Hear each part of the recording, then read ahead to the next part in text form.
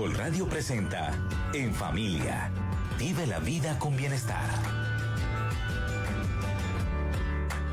Hola, muy buenos días. Es un placer como siempre estar aquí todos los domingos a las 11 de la mañana a través de Caracol Radio después de Mis Preguntas con Roberto Pombo. Hoy también tenemos nosotros nuestras preguntas que vamos a responder a través de invitados muy especiales sobre un tema que nos ha surgido, y debemos decirlo claramente, a raíz o a partir de la historia con la que vamos a empezar el programa. Escuchamos una historia muy interesante de la vida de Julia Dávila Lampe y ella nos la va a contar ahora, pero lo que les decía es que esa historia nos iluminó para hacer un programa dedicado hoy a la salud de las mujeres. Primero me lo propusieron como hablemos de las enfermedades de las mujeres. Y yo le dije a mi equipo de producción, no, hablemos de la salud de las mujeres. Quiero cambiar ese lenguaje de ser miradas siempre desde la orilla de la enfermedad. Esa es nuestra promesa de hoy, de modo que, bienvenidos.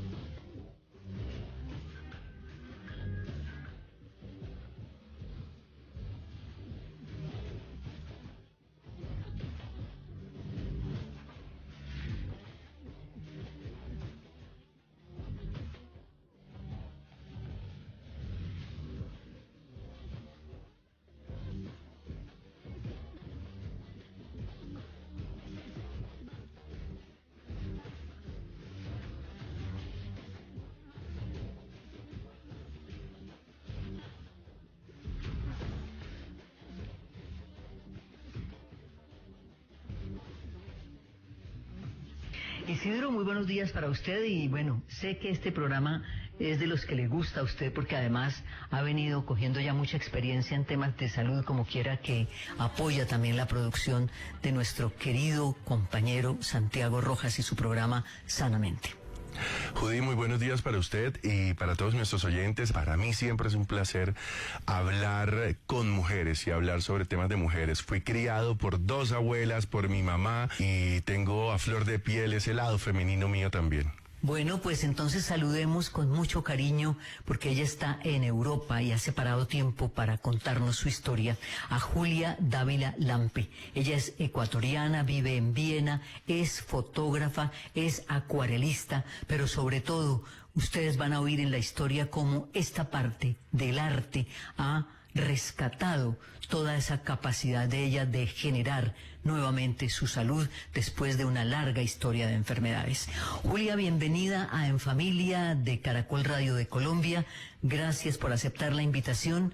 ¿Y cómo fue eso de que su primer periodo menstrual hubiera sido tan doloroso y nadie le hubiese puesto cuidado?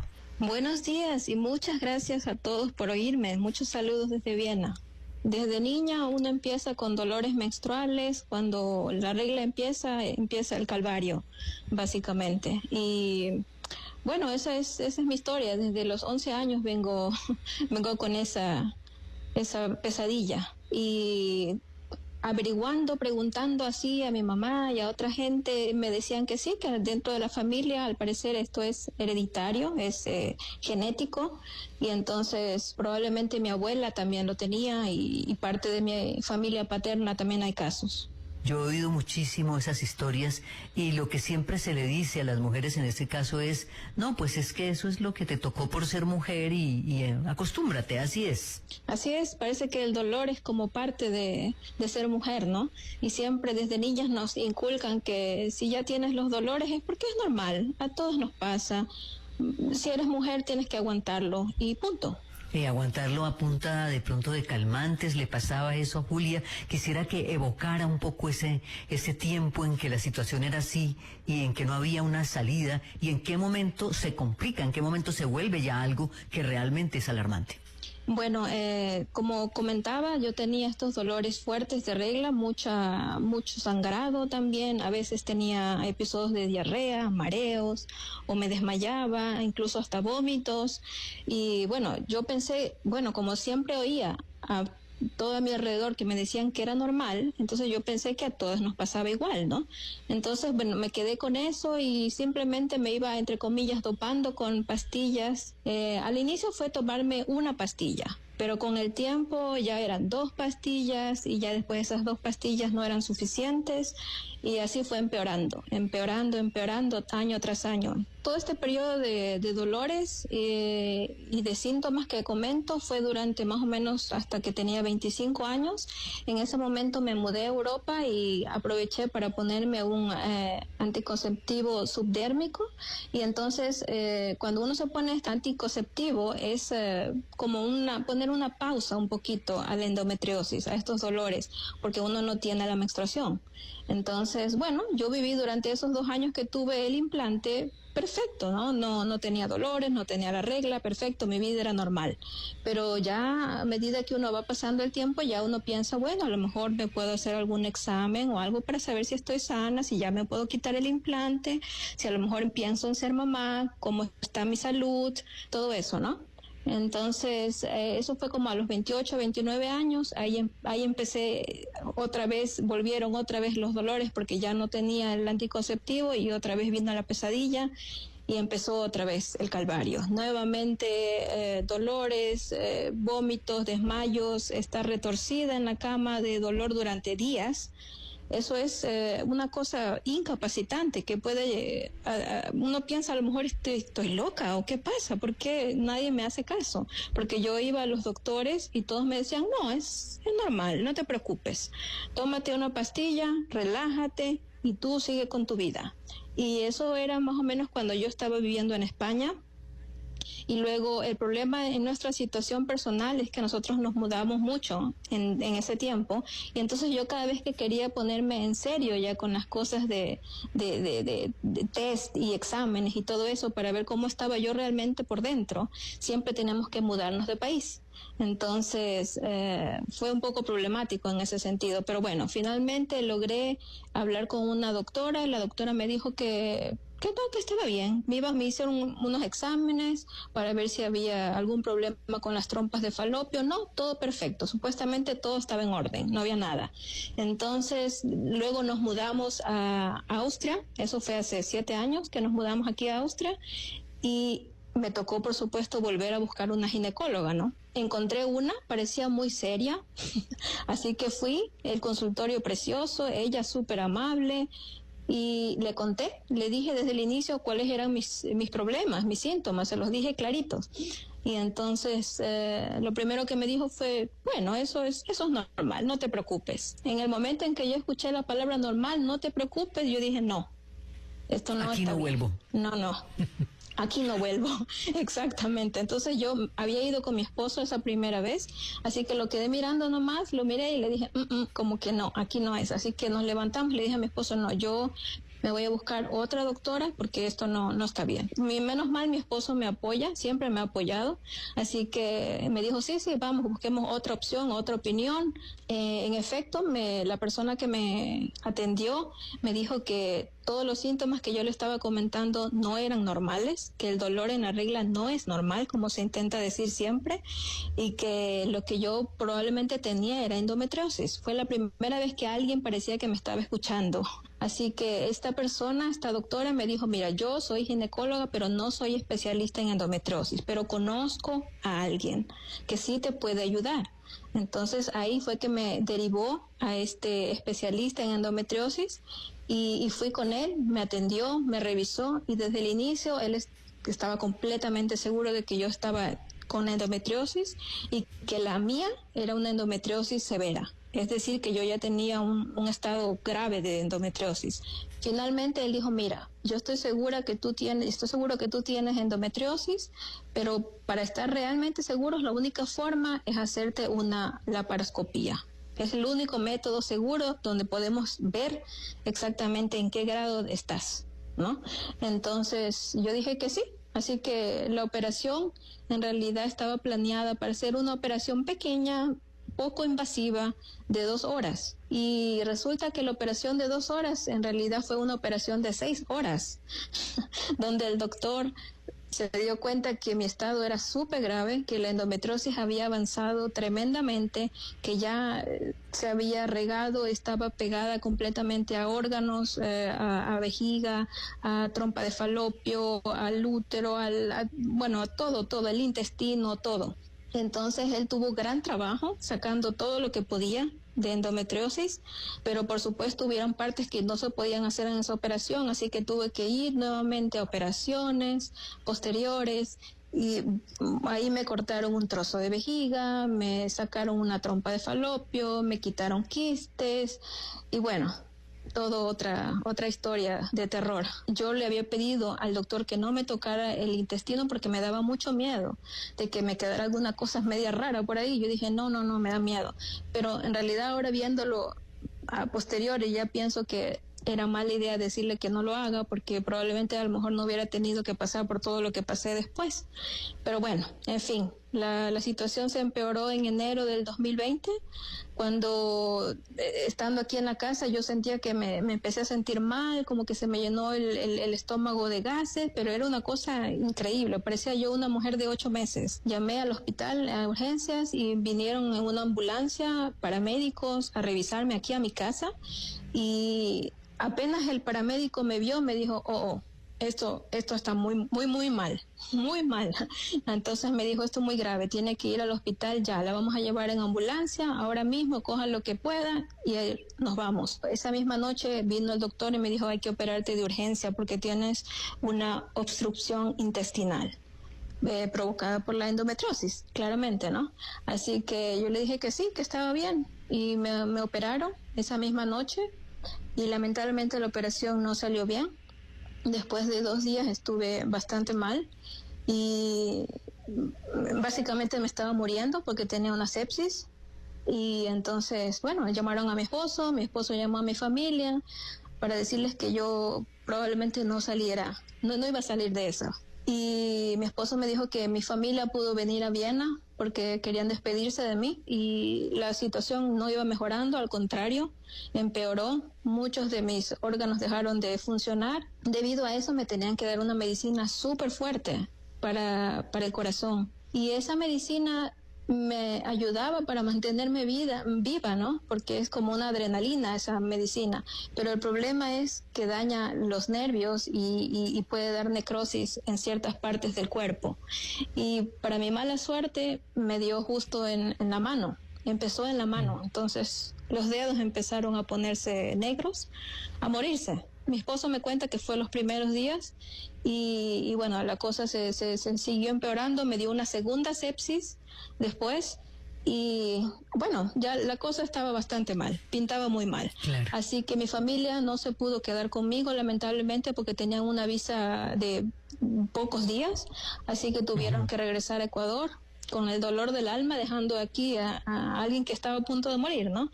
Los doctores de ese hospital le dijeron a mi esposo que había una opción de pasarme como al Hospital General de aquí de Viena, que es como lo mejor que hay, pero que probablemente me quedaba en el camino, en la ambulancia, porque no iba a llegar. Mi esposo dijo que sí, que lo hagan, que si era la única opción, que lo hagan.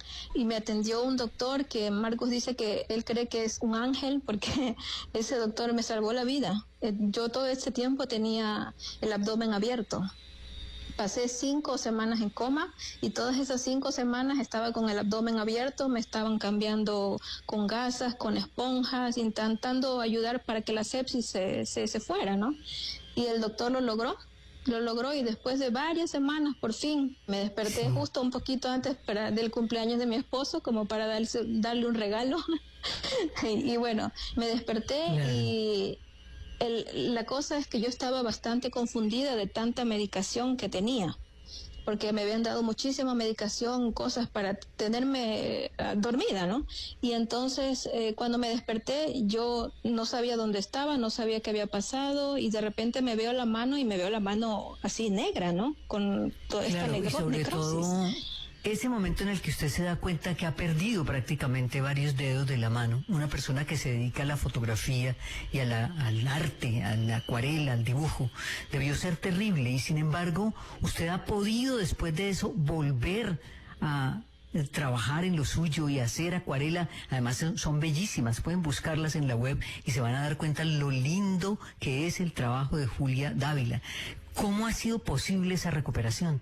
Ay, muchas gracias por el halago. Bueno, vino el doctor, se sentó a mi lado y me dijo: mira, Julia, yo creo que tú no entendiste lo que pasó al inicio y te lo voy a explicar ahora lentamente. Para colmo era otro idioma que no es español, entonces siempre tenían que repetirme las cosas lentamente, y bueno, ahí entendí de que iba a perder los dedos. Entonces fue como un shock. Y yo solamente me acuerdo estar llorando y desesperada y diciéndole: pero es que yo pinto acuarelas, ¿qué voy a hacer ahora? ¿Qué hago?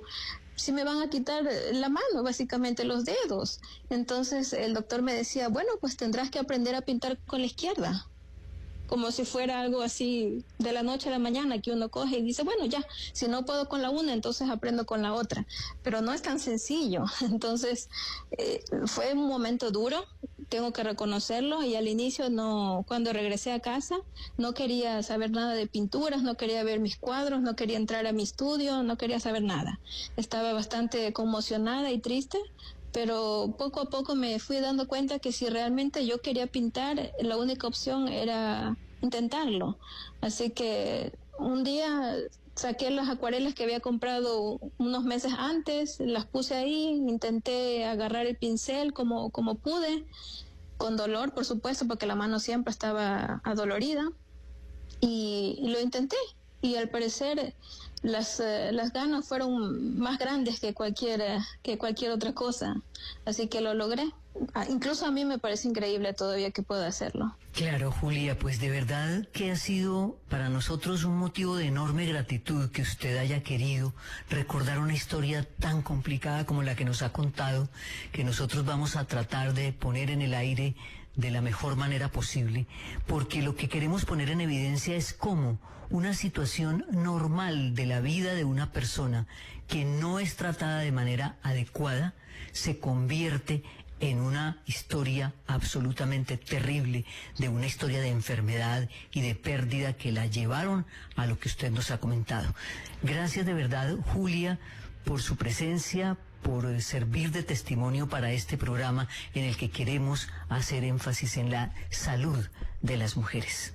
Gracias a ustedes por la invitación y sobre todo por querer hacer este tema de esta patología, de esta enfermedad tan horrible, por querer visualizarla, hacer que la gente conozca un poquito más, porque lamentablemente yo sé que si todavía no se encuentra cura para esto es porque no se llevan los estudios y no se ha investigado lo suficiente, y es una pena realmente, pero gracias a programas como este me siento apoyada. Muchas gracias. Protégete y protege a tu familia de la caries y de otras enfermedades de la boca. Nueva EPS invita a todos sus afiliados a participar de las actividades preventivas de salud oral de manera gratuita a través del programa Sonrisas Saludables. Para más información, consulta en tu IPS asignada. Nueva EPS, gente cuidando gente. Juan, no te siento bien. Llevas mucho tiempo con esa tos. Sí, llevo más de 15 días con tos. No me dan ganas de comer y estoy perdiendo peso. Y lo peor de todo es que tengo sudoraciones nocturnas y en muchas ocasiones no puedo respirar. Si presentas los mismos síntomas de Juan, Nueva EPS te invita a consultar con tu IPS asignada. Recuerda que la tuberculosis es curable si se detecta a tiempo. Nueva EPS, gente cuidando gente. Protégete y protege a tu familia de la caries y de otras enfermedades de la boca. Nueva EPS invita a todos sus afiliados a participar de las actividades preventivas de salud oral de manera gratuita a través del programa Sonrisas Saludables. Para más información, consulta en tu IPS asignada. Nueva EPS, gente cuidando gente. Juan, no te siento bien. Llevas mucho tiempo con esa tos. Sí, llevo más de 15 días con tos. No me dan ganas de comer y estoy perdiendo peso. Y lo peor de todo es que tengo sudoraciones nocturnas y en muchas ocasiones no puedo respirar. Si presentas los mismos síntomas de Juan, Nueva EPS te invita a consultar con tu IPS asignada. Recuerda que la tuberculosis es curable si se detecta a tiempo. Nueva EPS, gente cuidando gente. Protégete y protege a tu familia de la caries y de otras enfermedades de la boca. Nueva EPS invita a todos sus afiliados a participar de las actividades preventivas de salud oral de manera gratuita a través del programa Sonrisas Saludables. Para más información, consulta en tu IPS asignada. Nueva EPS, gente cuidando gente. Juan, no te siento bien. Llevas mucho tiempo con esa tos. Sí, llevo más de 15 días con tos. No me dan ganas de comer y estoy perdiendo peso. Y lo peor de todo es que tengo sudoraciones nocturnas y en muchas ocasiones no puedo respirar. Si presentas los mismos síntomas de Juan, Nueva EPS te invita a consultar con tu IPS asignada. Recuerda que la tuberculosis es curable si se detecta a tiempo. Nueva EPS, gente cuidando gente. Protégete y protege a tu familia de la caries y de otras enfermedades de la boca. Nueva EPS invita a todos sus afiliados a participar de las actividades preventivas de salud oral de manera gratuita a través del programa Sonrisas Saludables. Para más información, consulta en tu IPS asignada. Nueva EPS, gente cuidando gente. En Caracol Radio, la vida se disfruta en familia. Vive la vida con bienestar.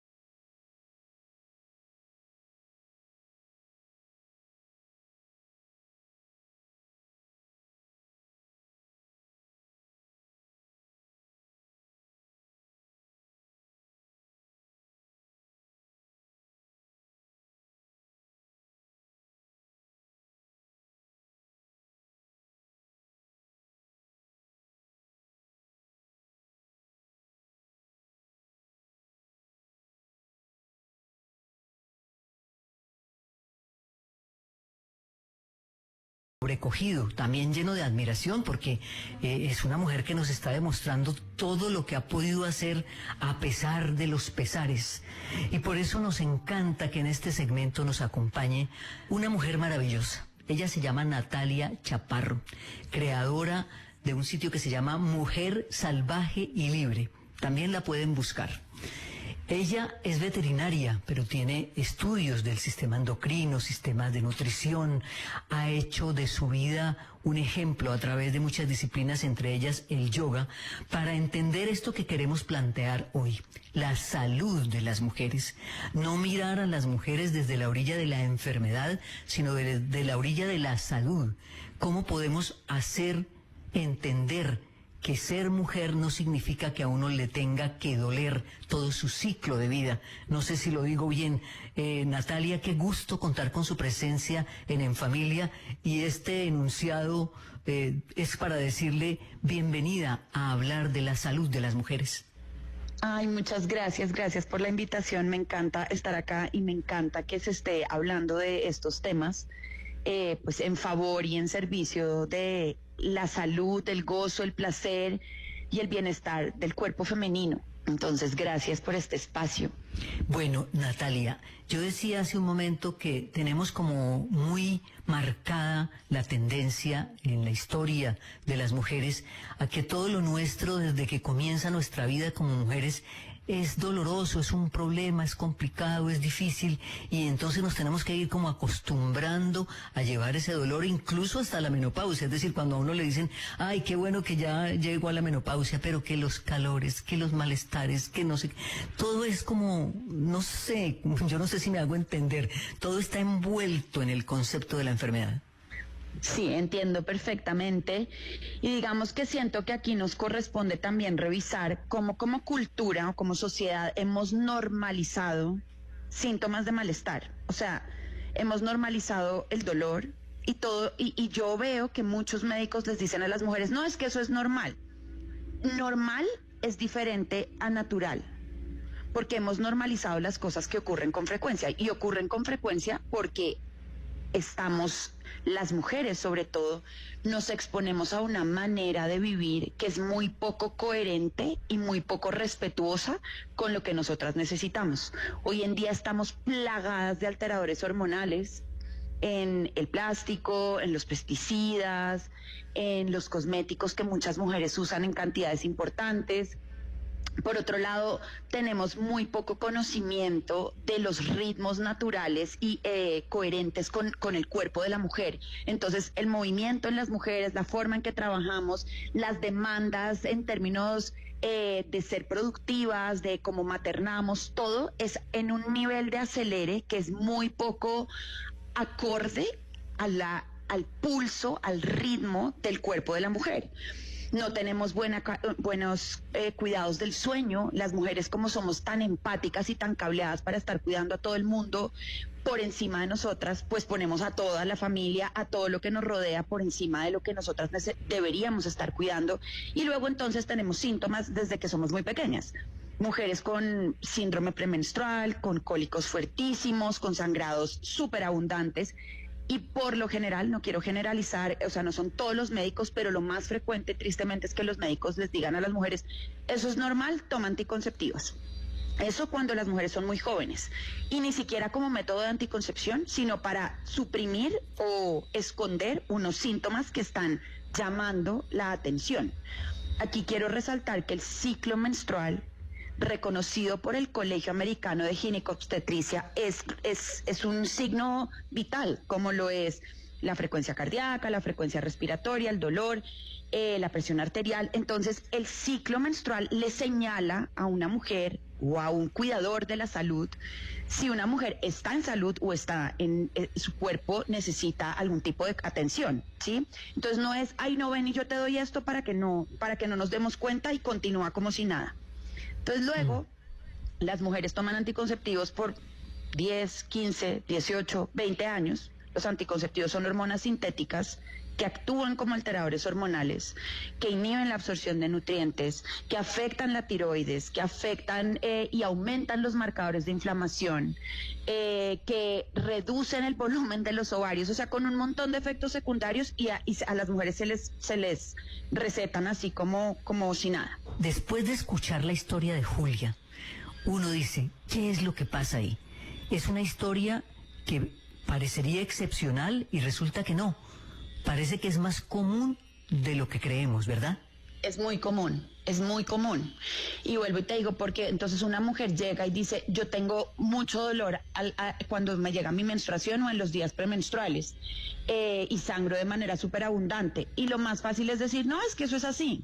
No, no es así. A nadie le tiene que doler la menstruación. Uno sí debe sentir un mínimo malestar por las contracciones que está haciendo el útero para sacar esa pared endometrial, ese crecimiento en la pared endometrial, y porque hay un aumento en las prostaglandinas, que son estas sustancias que son proinflamatorias, pero no un dolor desmedido.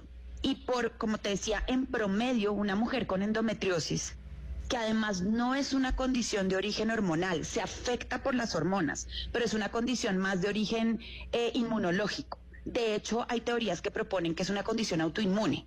Entonces, en promedio, las mujeres con endometriosis se toman hasta 10 años en recibir un diagnóstico y con ello un tratamiento adecuado, que muchas veces no es el adecuado, es o te quitamos el útero porque esto ya está invadido, o les dan anticonceptivas, pero no se mira la causa de raíz, no se mira cómo está el sistema inmune, cuáles son las causas que pueden estar apoyando, contribuyendo en que esto esté ocurriendo. Y pasa con muchas otras cosas, con miomas, con el ovario poliquístico, con el síndrome disfórico premenstrual. Entonces, en vez de atender a la mujer, que todas son distintas, que todas somos un universo con unas necesidades muy particulares y como a todo nivel, ¿no? No solamente nutricionalmente, sino emocionales, de movimiento, a todo nivel, pues se generaliza y se tiene como una fórmula médica para todas, y por lo general eso no funciona. Claro, Natalia. Nuestro productor Isidro Díaz Pájaro, un hombre muy sensible a lo femenino, además está últimamente en este año aficionadísimo a los libros escritos por mujeres. Así que yo sé que él quiere hablar del libro escrito por Natalia Chaparro. Adelante, Isidro. Uy, de eso es lo malo de que me conozca tanto. Usted sabía que yo le iba a preguntar por el libro porque este año estoy leyendo solamente autoras femeninas. Natalia, wow. Hablemos de La dicha de habitarnos, este libro que usted ha escrito. ¿De qué va? Bueno, pues ahí yo también tuve muchas condiciones de salud hormonal. Yo tuve amenorrea, o sea, no tuve la menstruación por más de 19 años y también me decían que normal que tomara anticonceptivos. Me diagnosticaron infertilidad desde muy niña. Yo perdí un ovario cuando era un bebé. Y digamos que desde que entré en la edad de la pubertad, me llenaron de hormonas sintéticas y eso me trajo muchos problemas. Tuve una depresión fuertísima y básicamente en este libro comparto, a partir de mi historia, muchas herramientas para volver a conectar con ese poder divino, con esa cualidad del alma, con ese gran privilegio que es ser mujeres, y cómo cuidarnos, cómo comprender nuestros ritmos, nuestros ciclos, nuestras transiciones y verlas como grandes oportunidades en el despertar de la conciencia.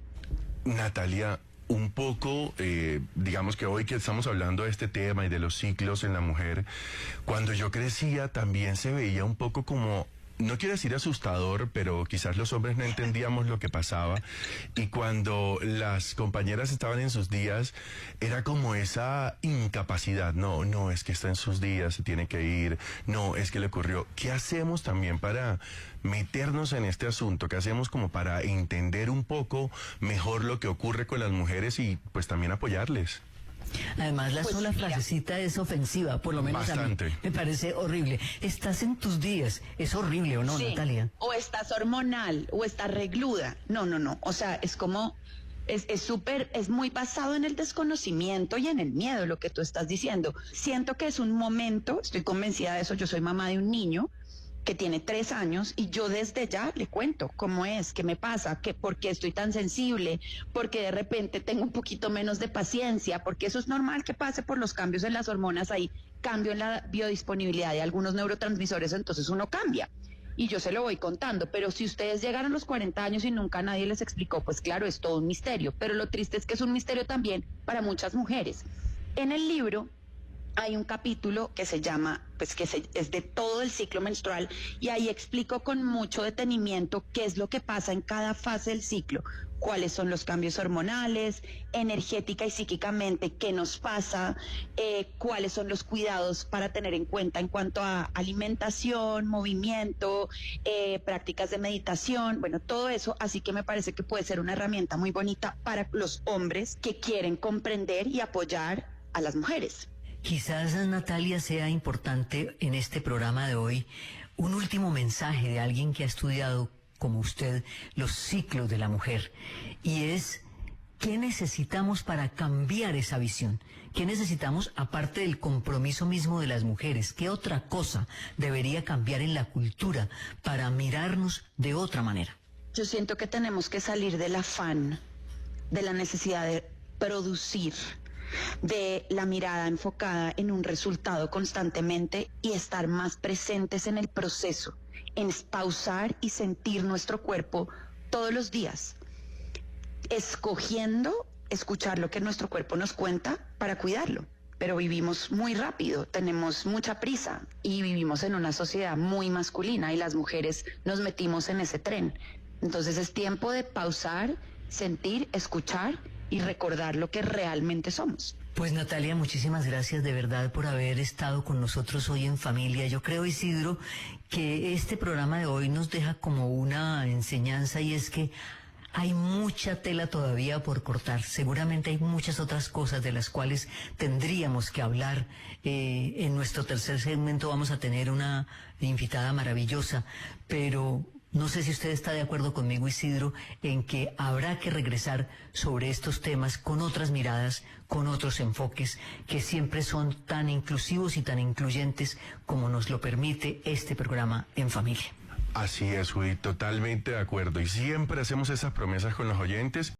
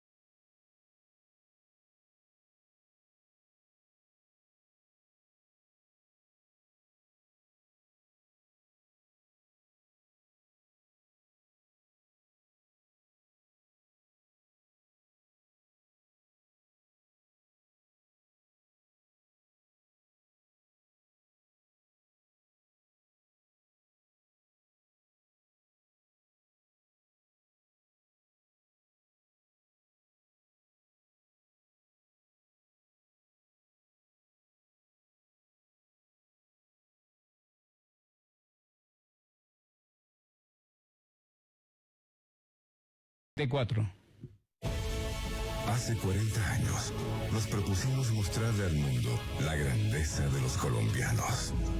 Servientrega hace parte de mi familia en Perú. Muchas gracias, Solfeiki. Servientrega, feliz cumpleaños. En el Perú siempre los llevamos en el corazón. Cuando llevamos alegría por todo el mundo, es emocionante cumplir 40 años. Servientrega, 40 años dejando huella verde.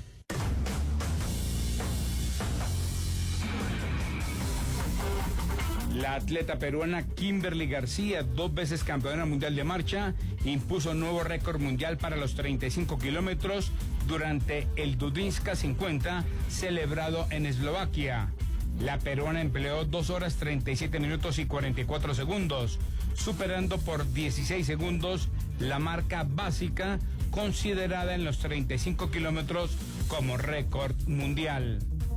Mientras tanto, en el fútbol, el delantero inglés Phil Foden no estará con Inglaterra, que después de las 12 del día enfrentará a Ucrania por las eliminatorias a la Eurocopa, luego de haber sido operado de urgencia de una apendicitis. Por su parte, Kazajistán, con 2 goles en 4 minutos, logró una histórica remontada sobre Dinamarca, a la que venció 3-2 en partido por el Grupo H de la fase de clasificación. Y en Colombia prosigue la jornada de clásicos. A las 3:15 en Santa Marta, Unión Magdalena Junior. Giovanni Cárdenas. Edward, en Junior una sola novedad. A los 18 jugadores que estuvieron en el partido frente al Cuadro América de Cali se agregó Nilson Castrillón en Barranquilla. Luego del entrenamiento decidió Hernán Darío Gómez convocarlo. Son 19 los que están en Santa Marta. Del resto, la nómina no tiene variantes en la formación que seguramente utilizará frente al cuadro bananero. Hernán Darío Gómez y la disponibilidad de seguir con la misma idea de juego. Lo que vine trabajando desde el principio lo voy a seguir trabajando hasta que se mecanice, van a haber muchas repeticiones de lo que estoy haciendo. Un equipo ordenado, un equipo bien repartido en ataque, en defensa. En cuanto a la Unión Magdalena, Ricardo El Caballo Márquez no se recuperó plenamente de su lesión muscular, pero será alternativa en el banco dirigido por Claudio Rodríguez. Tiene 3 expulsados: Wilder Guisao, Fabián Cantillo y el jugador Ronaldo Lora, ausentes en el clásico.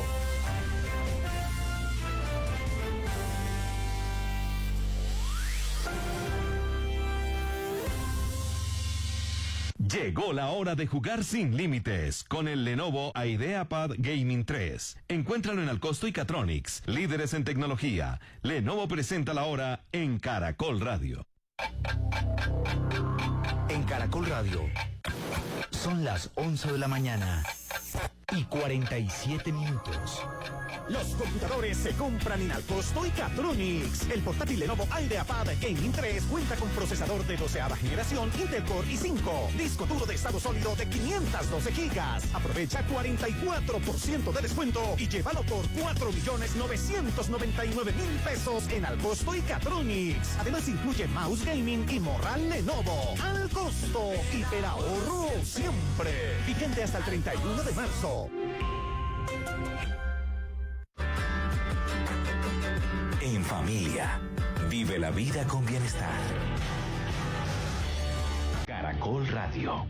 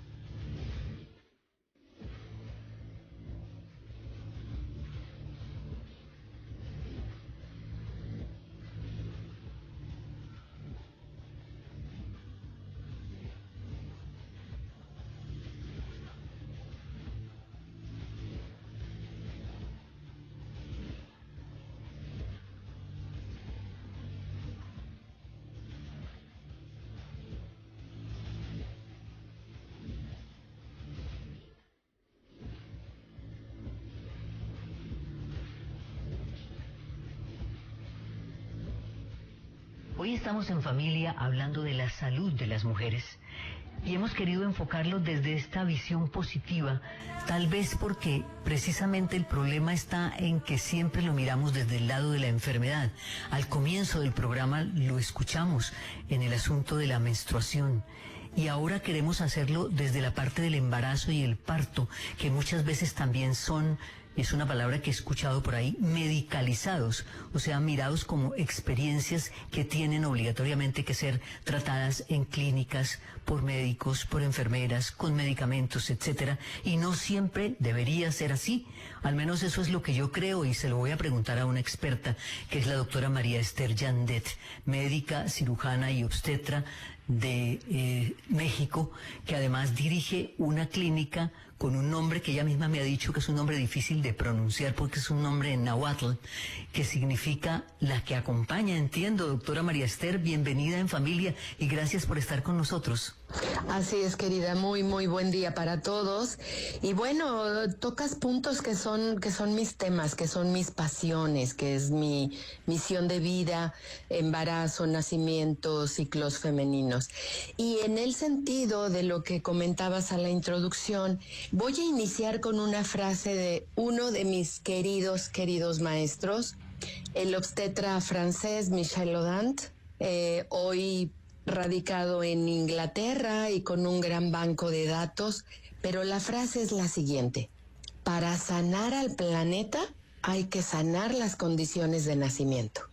Es una frase profundísima que nos orienta a mirar de qué manera hemos deformado, trastocado la atención del nacimiento, la atención del embarazo, que son eventos absolutamente saludables, naturales, de un diseño mamífero para la mujer y que se embaraza y para el bebé que nace.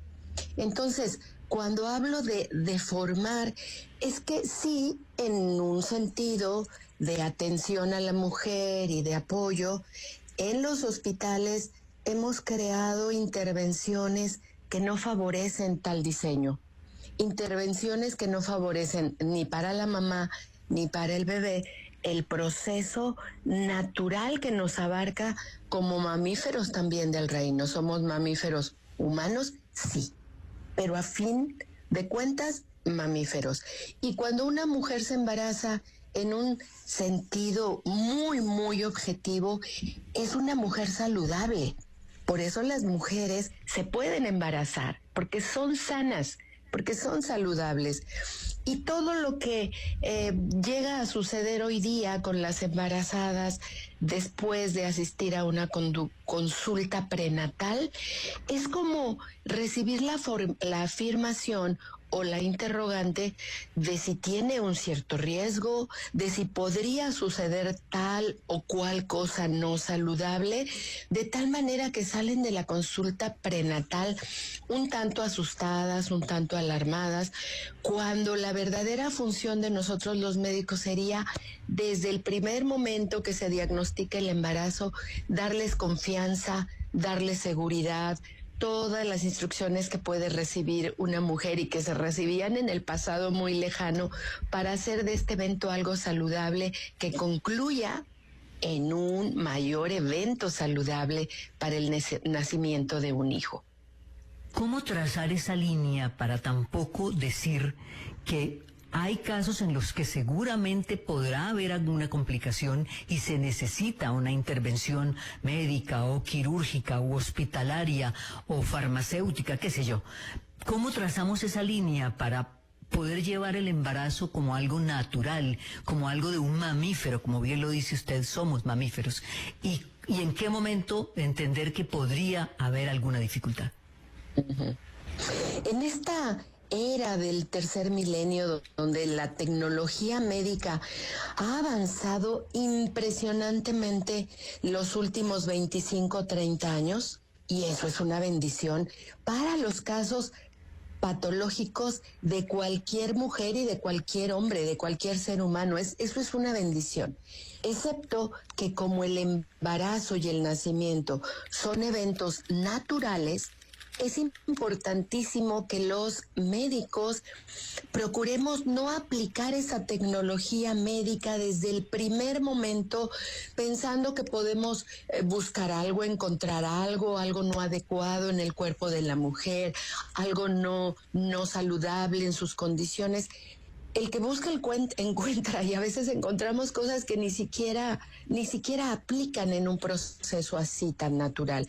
Por lo tanto, a una mujer que recién se embaraza, hay que procurar atenderla de la manera más sencilla, sin perder de vista lo que pudiera ser algo que investigar, pero en realidad es mirarla en esta forma saludable, darle condiciones, darle instrucciones de cómo seguir cuidando su salud. Y vuelvo al punto que mencioné inicialmente, darle mucha confianza, mucha seguridad en que su cuerpo sabe, en que su cuerpo que nuestro cuerpo humano siempre busca ir al equilibrio, en el embarazo también. Conocemos casos de mujeres que previamente tienen alguna condición de enfermedad y cuando están embarazadas se estabilizan. No hay que hacer nada. El mismo embarazo per se las estabiliza metabólicamente, saludablemente. Y esto es lo que hay que darle a una mujer: seguridad, confianza en su propio diseño, confianza en que su cuerpo sabe qué hacer. Ahora, ¿qué tiene que hacer ella? Muy conscientemente, cuidar su vida cotidiana, cuidar sus hábitos, seguir agregando algo más que favorezca su bebé en su parto natural. Doctora María Esther, ¿qué papel juega o debería jugar la figura masculina ahí? Usted sabe que hoy en día, y México sí que es cierto que es un país líder en esto de avanzar en la equidad entre los géneros. Hemos hablado hasta aquí de lo que debe hacer la mujer y de lo que deberían hacer también los profesionales de la salud, pero ¿qué deberían hacer los hombres para volver también por esa tradición mamífera de embarazarnos y parir? Qué linda pregunta, y me voy a ir un tanto atrás. ¿Qué necesitamos hacer las madres con nuestros hijos varones? En una forma sencilla y de a poco, desde niños, hablarles de que las mujeres pasamos por ciclos y tenemos cambios. Conforme van creciendo, se puede seguir dando una cierta información a los chicos para que vean también esto de una forma natural y tan saludable. Y que cuando llegan a la etapa de la juventud o la etapa adulta en que hacen pareja, estén muy empatizados con los ciclos de las mujeres, que nosotras mismas no incorporamos como deberíamos, Pero bueno, hablando de los hombres, entonces ellos están en una actitud más accesible, más positiva y más de protección y cuidado a su pareja. Las mujeres, un elemento que les da mucha seguridad es sentirse cuidadas, sentirse protegidas, sentirse confiadas de que su hombre, aunque no sepa detalles femeninos, sabe a grosso modo que son procesos muy profundos, muy intensos y muy saludables. Entonces una mujer necesita esa confianza en su pareja. Sin embargo, hoy día hay mujeres que tienen la fantasía de querer tener un hijo sin una pareja. Se necesitan dos personas, porque el hijito necesita a lo largo de su vida estas dos figuras. Entonces, si una mujer dice, es que yo estoy soltera o no me puedo embarazar, voy a una donación, esto ya está de entrada dificultándole el proceso, aunque ella no se dé cuenta, porque no va a tener esa figura de protección y confianza a su lado. Y el hijito tampoco lo va a tener. Entonces, desde esto que menciono, miremos qué importancia tiene el varón en estos eventos. Y te digo algo más. En la inmensa mayoría de los casos que yo personalmente he vivido con mis pacientes, ellos están ahí. Ellos apoyan. A veces no hablan, no opinan, pero están ahí. Y también necesitamos el género femenino reconsiderar y valorar la presencia de los hombres con su pareja en estos procesos. Y esto también, como decía yo antes, esto se instala desde el hogar, para hombres y mujeres. Y los niños lo entienden muy bien. Pues doctora María Esther, muchas gracias de verdad por haber separado tiempo en su agenda tan complicada. Sabemos que está en la Argentina y que ya va de regreso para su país, México, y haber tenido tiempo para atendernos en familia. Se lo agradecemos enormemente, le deseamos un buen viaje y muchas gracias por todo lo que nos ha dicho. Mil gracias por confiar en mi opinión, y lo que he vertido aquí es una parte importante de mi experiencia y mi misión de vida. Así es que gracias a ustedes y gracias a todos los que escuchan. Lo mejor para todos. Por supuesto, para esos que escuchan también va nuestra gratitud y nuestra invitación, como siempre, a permanecer aquí en Caracol Radio, porque ahora vienen las noticias. La EPS que llega a más colombianos da la hora.